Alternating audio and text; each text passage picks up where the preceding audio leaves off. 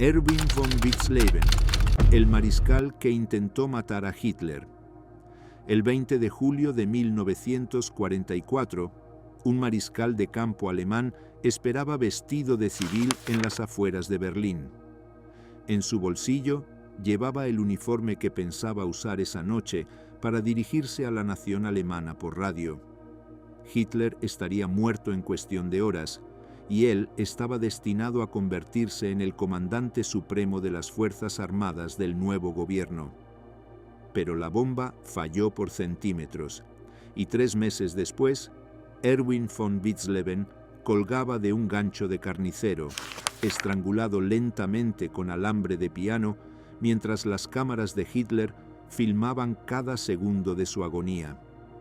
Esta es la historia del mariscal más odiado por el Führer, el hombre que conspiró contra el régimen nazi durante años, y cuya ejecución fue tan brutal que los propios verdugos pidieron licencia psicológica después de participar en ella. Capítulo 1. El soldado que nunca quiso a Hitler.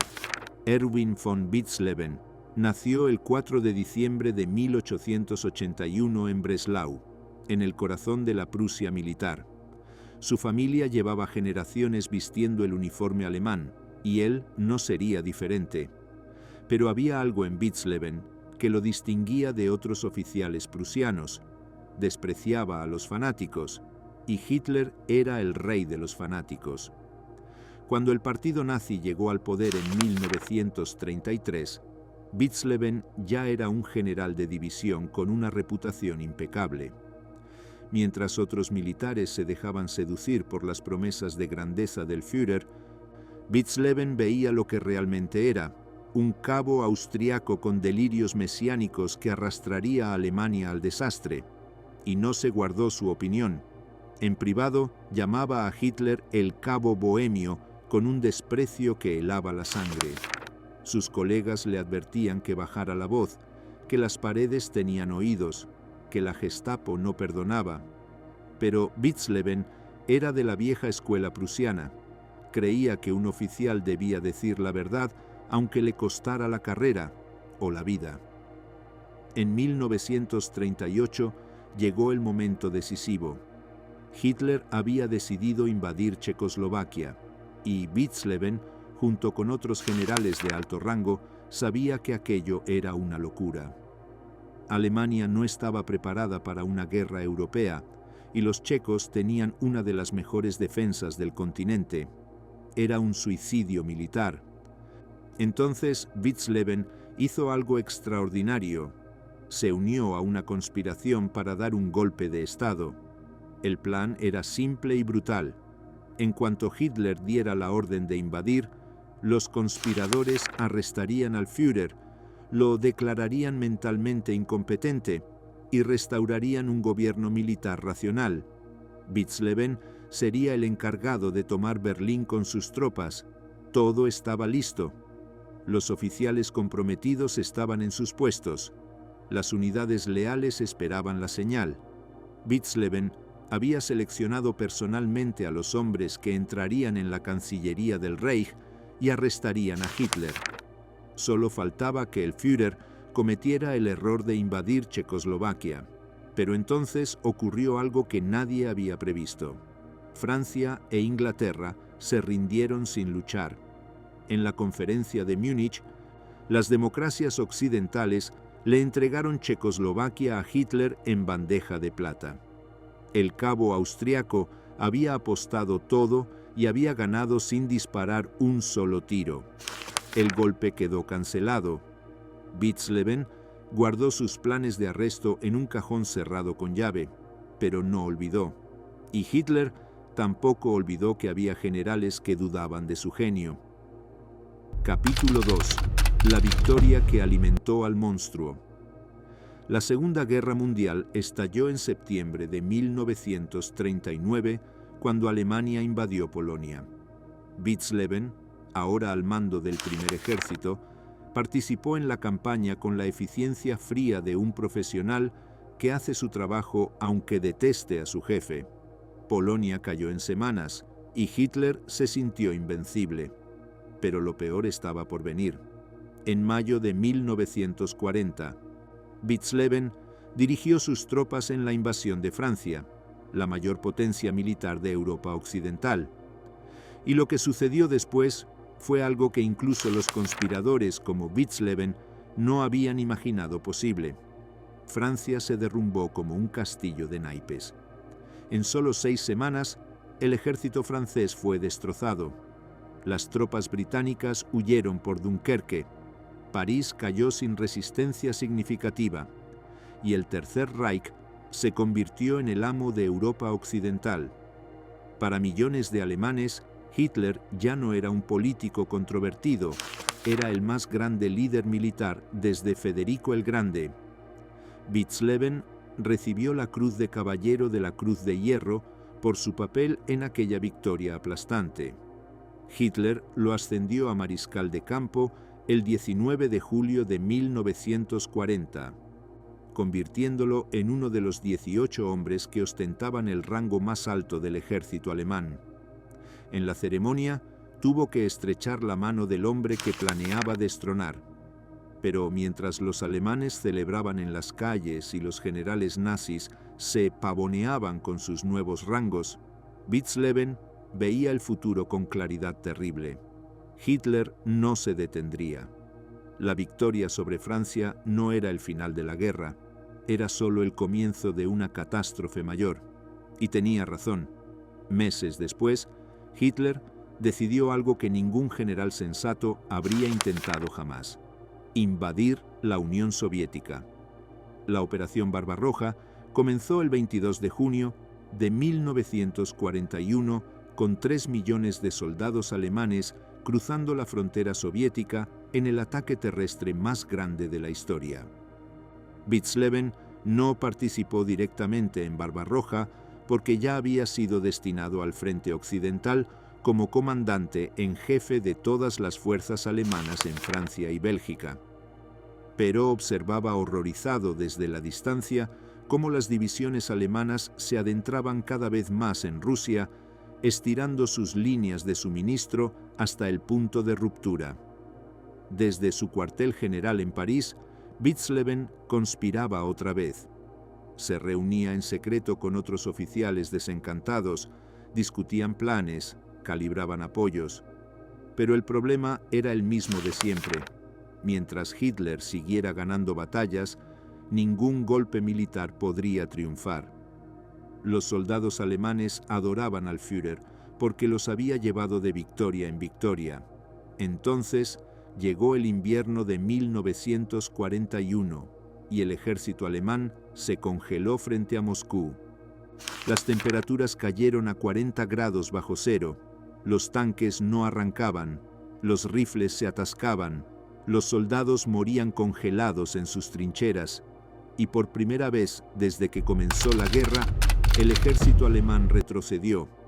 Hitler culpó a sus generales del fracaso, despidió al comandante en jefe del ejército y asumió personalmente el control directo de las operaciones militares. Desde ese momento, cada decisión táctica importante pasaría por su escritorio. Los generales profesionales como Witzleben quedaron reducidos a ejecutores de las fantasías estratégicas de un dictador. Capítulo 4. La Operación Valquiria. A principios de 1944, los conspiradores finalmente tuvieron un plan sólido. Se llamaba Operación Valquiria y era una obra maestra de engaño. Oficialmente, Valquiria era un plan de emergencia aprobado por el propio Hitler para sofocar revueltas internas en caso de que los millones de trabajadores esclavos extranjeros en Alemania se rebelaran. Pero los conspiradores habían manipulado los documentos de Valquiria para que, una vez activado, les diera control total sobre todas las unidades militares en territorio alemán. En teoría, cuando Hitler muriera, ellos simplemente activarían Valquiria, arrestarían a todos los líderes nazis bajo el pretexto de sofocar un golpe de las SS y tomarían control del gobierno antes de que nadie supiera qué estaba pasando. El papel de Witzleben en este plan era crucial. sería nombrado comandante supremo de la Wehrmacht, el máximo líder militar de Alemania. Desde esa posición, dirigiría personalmente la toma de control del aparato militar y daría legitimidad al nuevo gobierno. Su prestigio como mariscal de campo y héroe de Francia era esencial para convencer a los generales indecisos. Pero primero tenían que matar a Hitler, y esa seguía siendo la parte más difícil. Stauffenberg, ahora jefe de Estado Mayor del Ejército de Reserva, tenía acceso ocasional a reuniones con el Führer. Era la mejor oportunidad que tendrían. El plan era simple. Stauffenberg llevaría una bomba en su maletín a una reunión con Hitler, activaría el detonador con un temporizador de 10 minutos, dejaría el maletín cerca del Führer con algún pretexto, saldría del edificio y esperaría la explosión. Una vez confirmada la muerte de Hitler, llamaría a Berlín y daría la palabra clave que activaría Valkyria. Los conspiradores practicaron sus roles repetidamente. Witzleben memorizó el discurso que daría por radio esa noche, anunciando la muerte de Hitler y la formación de un nuevo gobierno militar que buscaría inmediatamente la paz con los aliados occidentales. Tenía su uniforme de mariscal listo, planchado y esperando. Hubo varios intentos fallidos. En una ocasión, Stauffenberg llegó a la reunión con la bomba, pero Hitler canceló en el último minuto. Otra vez, el temporizador no funcionó correctamente. En otra, había demasiados guardias de las SS presentes y Stauffenberg no pudo activar el detonador sin ser visto. Cada intento fallido aumentaba el riesgo. La Gestapo tenía informantes en todas partes y los conspiradores sabían que el tiempo se agotaba. Algunos miembros del grupo comenzaron a recibir visitas de investigadores de la policía secreta haciendo preguntas aparentemente inocentes. Las paredes se estrechaban, pero en julio de 1944, finalmente llegó la oportunidad perfecta. Hitler convocó una reunión en su cuartel general de Prusia Oriental, la guarida del Lobo, para el 20 de julio.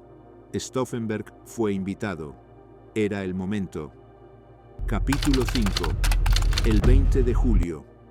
La mañana del 20 de julio de 1944, Klaus von Stauffenberg voló desde Berlín hasta la guarida del Lobo, llevando 2 bombas británicas en su maletín.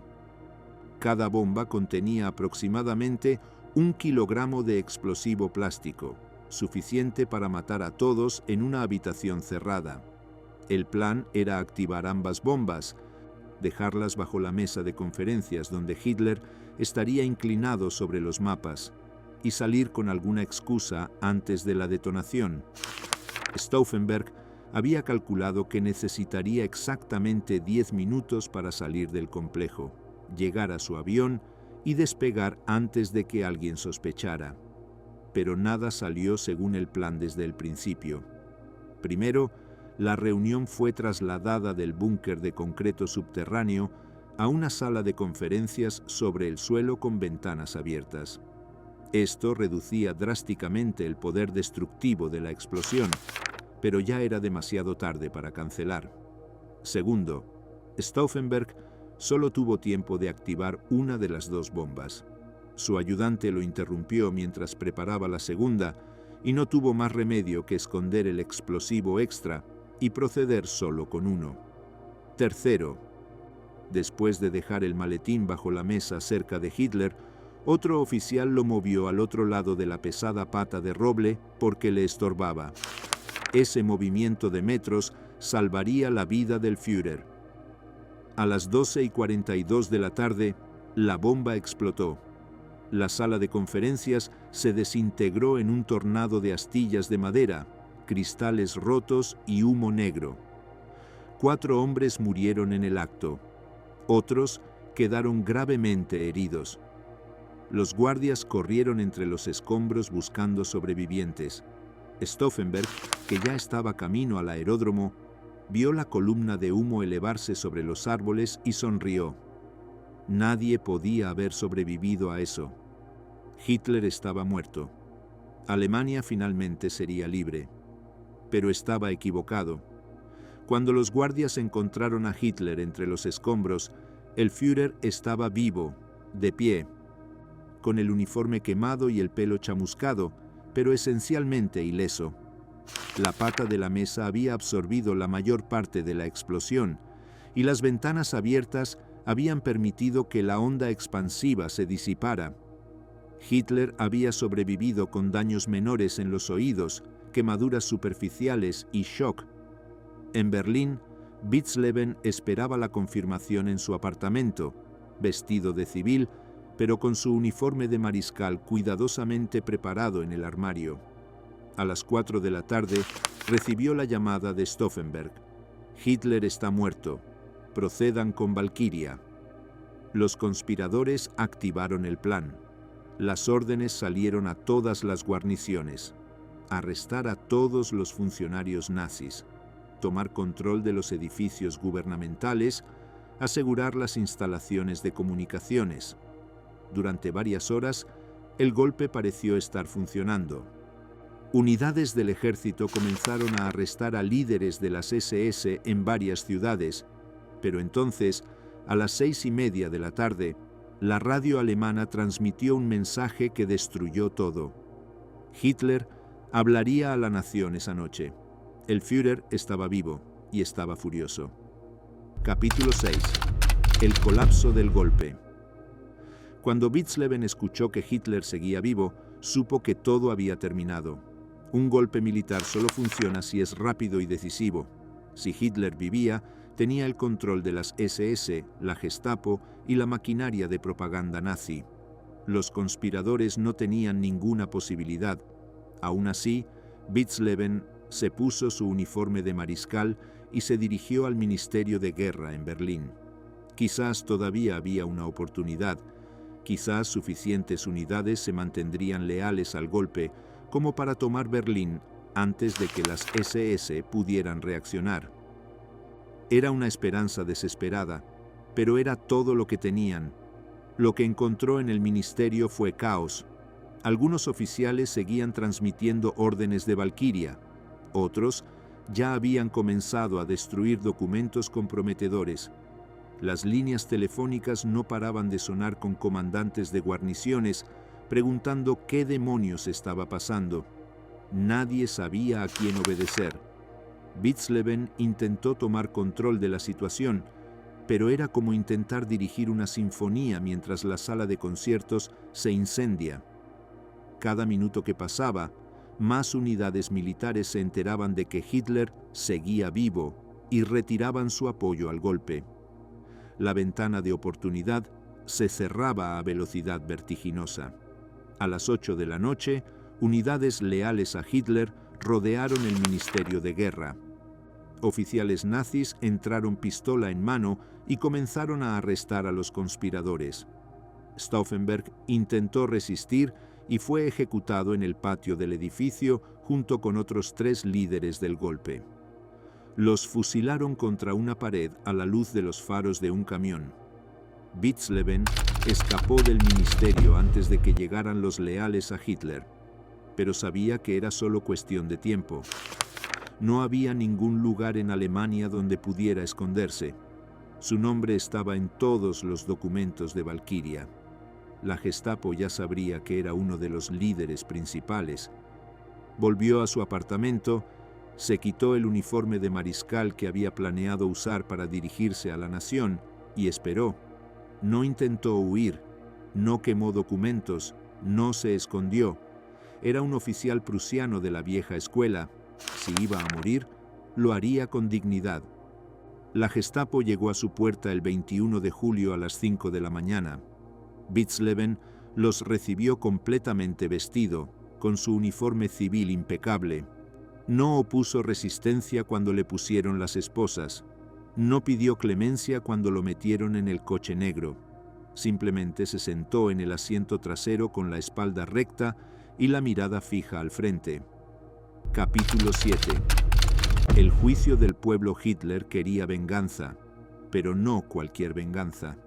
Quería un espectáculo público que humillara a los traidores, aterrorizara a cualquiera que pensara en conspirar contra él y demostrara al pueblo alemán que el Führer era invencible.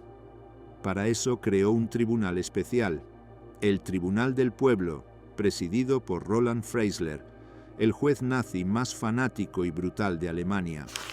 Freisler era un hombre bajo, calvo, y con una voz que podía escucharse a 100 metros cuando gritaba. Había sido comunista en su juventud, prisionero de guerra en Rusia, y luego se había convertido al nazismo con el fervor de un converso. Odiaba a los aristócratas prusianos como Witzleben con una intensidad casi sexual, y Hitler le había dado carta blanca para destruirlos. El juicio comenzó el 7 de agosto de 1944 en el Tribunal del Pueblo de Berlín. Los conspiradores fueron traídos a la sala encadenados y vestidos con ropa vieja y arrugada. Pero Witzleben recibió un tratamiento especial de humillación. Los guardias le habían quitado el cinturón y los tirantes, obligándolo a sujetarse los pantalones con las manos para que no se le cayeran. Era una humillación calculada, hacer que un mariscal de campo alemán pareciera un vagabundo ridículo frente a las cámaras. Hitler había ordenado que todo el juicio fuera filmado para mostrarlo en los cines alemanes. Cuando Witzleben entró cojeando a la sala, sujetándose los pantalones con una mano, Freisler lo recibió con gritos. «¡Viejo miserable! ¡Traidor despreciable! ¿Te atreves a presentarte ante este tribunal con ese aspecto?» Las cámaras capturaron cada segundo. Witzleben intentó defenderse con la dignidad que le quedaba. Explicó que había conspirado contra Hitler porque creía que el Führer estaba destruyendo Alemania, que como oficial prusiano tenía el deber de proteger la patria, incluso contra su propio líder. Habló de honor militar, de responsabilidad hacia el pueblo alemán, de la necesidad de terminar una guerra que no podía ganarse. Freisler lo interrumpía constantemente, gritando insultos, burlándose de su edad, de su enfermedad, de su fracaso. «Silencio, traidor. Este tribunal no está aquí para escuchar tus excusas patéticas. Conspiraste contra el Führer y por eso morirás como el cobarde que eres». El veredicto estaba decidido antes de que comenzara el juicio. Todos los acusados fueron declarados culpables de alta traición. La sentencia era muerte, pero no una muerte rápida. Hitler había ordenado personalmente que los traidores fueran ejecutados de la manera más dolorosa y degradante posible. Capítulo 8. Plötzensee.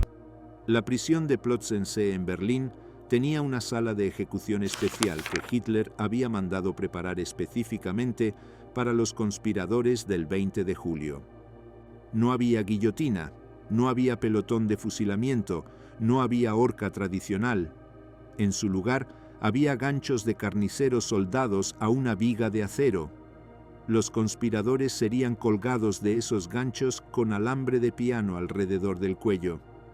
No era un ahorcamiento rápido que rompe el cuello, sino estrangulamiento lento que podía durar hasta 20 minutos. Y todo sería filmado en color para que Hitler pudiera verlo una y otra vez. Witzleben fue ejecutado el 8 de agosto de 1944, un día después de su sentencia. Lo llevaron a la sala de ejecución desnudo de cintura para arriba, con los pantalones todavía cayéndosele porque no le habían devuelto el cinturón. Incluso en sus últimos momentos, los nazis querían humillarlo. Los verdugos le ataron las manos a la espalda y le pasaron el alambre de piano alrededor del cuello. Luego lo izaron lentamente hasta que sus pies dejaron de tocar el suelo. El alambre se hundió en su carne, cortándole la respiración gradualmente. No era caer y morir, era asfixiarse centímetro a centímetro mientras las cámaras filmaban. Witzleben luchó durante minutos, su cuerpo convulsionándose involuntariamente mientras su cerebro se quedaba sin oxígeno. Sus ojos se llenaron de sangre. Su rostro se volvió púrpura. El alambre le cortó profundamente la piel del cuello. Todo fue capturado en película de 35 milímetros. Tardó aproximadamente 12 minutos en morir. Cuando finalmente dejó de moverse, los verdugos bajaron el cuerpo, lo desengancharon del alambre y lo arrastraron fuera de la sala para hacer espacio para el siguiente conspirador. Ese día ejecutaron a 8 hombres de la misma manera. Hitler vio las películas de las ejecuciones repetidamente en su proyector privado. Según testigos, se reía durante ciertas partes y las rebobinaba para verlas otra vez. El Führer, que había sobrevivido al atentado, se deleitaba viendo morir lentamente a los hombres que habían intentado matarlo. Los cuerpos de los ejecutados fueron cremados inmediatamente y sus cenizas esparcidas en campos de alcantarillado. No habría tumbas, no habría monumentos, no habría lugar donde sus familias pudieran llorarlos. Los nazis querían borrar hasta el último rastro de que estos hombres habían existido. Pero hubo un detalle macabro que los nazis no pudieron controlar. Varios de los verdugos que participaron en las ejecuciones del 20 de julio solicitaron posteriormente licencia psicológica. Incluso para hombres acostumbrados a matar, lo que habían hecho en Plötzensee los había marcado. Algunos tuvieron pesadillas durante años. Capítulo 9. El legado del mariscal traidor. Después de la guerra, cuando Alemania quedó en ruinas y el régimen nazi fue destruido, surgió un debate amargo sobre los conspiradores del 20 de julio. ¿Eran héroes que intentaron salvar a Alemania del desastre? ¿O eran traidores que apuñalaron por la espalda a su país en medio de una guerra? Durante años, muchos alemanes consideraron a Witzleben y sus compañeros como traidores. Habían jurado lealtad a Hitler, habían servido en su ejército, habían ganado medallas luchando por el Tercer Reich, y luego, cuando la guerra se volvió difícil, habían intentado asesinarlo. Para veteranos de guerra y familias que habían perdido hijos en el frente, aquello era traición imperdonable.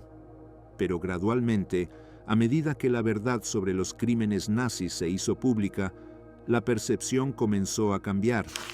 Los campos de exterminio, el Holocausto, las atrocidades en el frente oriental, todo ello reveló la verdadera naturaleza del régimen que Witzleben había intentado destruir. De repente, su conspiración no parecía traición, sino coraje moral. En 1952, un tribunal alemán anuló formalmente todas las sentencias del Tribunal del Pueblo. Los conspiradores del 20 de julio fueron oficialmente exonerados y reconocidos como resistentes contra la tiranía nazi. Sus nombres fueron limpiados, sus familias recibieron pensiones y se erigieron monumentos en su honor. Hoy, en el centro de Berlín, hay un memorial dedicado a los conspiradores del 20 de julio, en el mismo edificio donde fueron arrestados. Una placa enumera los nombres de todos los ejecutados, incluido Erwin von Witzleben. Miles de personas visitan el memorial cada año. En el Ministerio de Defensa alemán hay un cuartel que lleva el nombre de Witzleben. La Bundeswehr, el ejército moderno de Alemania, lo considera uno de sus héroes fundacionales, un ejemplo de que los soldados tienen la obligación moral de desobedecer órdenes criminales. Pero quizás el reconocimiento más significativo vino de los propios aliados. En 1945, cuando los oficiales británicos y estadounidenses interrogaron a generales alemanes capturados sobre Witzleben, casi todos lo describieron de la misma manera: un verdadero oficial prusiano, un hombre de honor en un ejército corrompido por el nazismo. El general británico Bernard Montgomery, que había luchado contra el ejército alemán en Francia, dijo sobre los conspiradores del 20 de julio: eran los únicos alemanes decentes en todo el maldito país. Era un reconocimiento extraordinario viniendo del enemigo. Capítulo 10. La pregunta que nunca se responde. La historia de Erwin von Witzleben plantea una pregunta que sigue sin respuesta clara. ¿Qué habría pasado si la bomba hubiera matado a Hitler? Si el Führer hubiera muerto el 20 de julio de 1944, Witzleben habría asumido como comandante supremo de la Wehrmacht esa misma noche. Habría dirigido un nuevo gobierno militar que inmediatamente habría buscado negociar la paz con los aliados occidentales. Pero aquí está el problema. Para julio de 1944, los aliados ya habían decidido que solo aceptarían la rendición incondicional de Alemania. No habría negociaciones, no habría paz separada, no habría gobierno sucesor reconocido. Churchill y Roosevelt habían prometido a Stalin que lucharían hasta que el nazismo fuera completamente destruido. Entonces, ¿habría cambiado algo realmente? Los conspiradores creían que podrían convencer a los británicos y estadounidenses de que un gobierno alemán sin Hitler merecía términos más favorables. Pensaban que Occidente preferiría una Alemania antinazi como contrapeso contra la Unión Soviética. Pero probablemente estaban equivocados. Los crímenes nazis eran demasiado enormes, el odio contra Alemania demasiado profundo, y Stalin demasiado poderoso para ignorar. La guerra habría continuado, con o sin Hitler. Berlín habría caído de todos modos. Alemania habría sido ocupada igual. Lo único que realmente habría cambiado es cuántos alemanes habrían muerto en los últimos meses de la guerra. Sin Hitler, ordenando resistencia fanática hasta el último hombre, quizás cientos de miles de soldados y civiles alemanes se habrían salvado.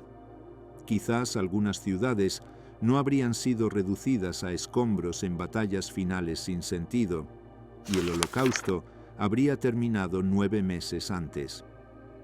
Los campos de exterminio habrían dejado de funcionar en julio de 1944 en lugar de abril de 1945. Eso significa que cientos de miles de judíos, gitanos, prisioneros políticos y otros prisioneros habrían sobrevivido. Esa es quizás la verdadera tragedia del fracaso del 20 de julio. No cambió quién ganaría la guerra, eso ya estaba decidido. Pero podría haber salvado vidas, muchas vidas, en los últimos meses del conflicto más sangriento de la historia humana. Epílogo. El precio del fracaso. Erwin von Witzleben pagó el precio último por su intento de detener a Hitler. Murió estrangulado lentamente con alambre de piano, humillado y filmado para el entretenimiento de un dictador psicópata. Su cuerpo fue quemado y sus cenizas arrojadas en un campo de alcantarillado. Pero en cierto sentido, Witzleben ganó a largo plazo. Hitler terminó volándose los sesos en un búnker 11 meses después. Su tercer Reich de 1000 años colapsó después de 12 y Alemania quedó en ruinas. Mientras tanto, el nombre de Witzleben fue eventualmente limpiado, honrado y recordado como un símbolo de resistencia moral. La historia juzga a los hombres no solo por sus éxitos, sino por sus intentos. Witzleben intentó hacer lo correcto en el momento más difícil imaginable, sabiendo que probablemente fracasaría, sabiendo que probablemente moriría horriblemente. Y lo hizo de todos modos. Eso es coraje, eso es honor, y eso es por lo que, 80 años después, todavía recordamos al mariscal que intentó matar a Hitler. Fin.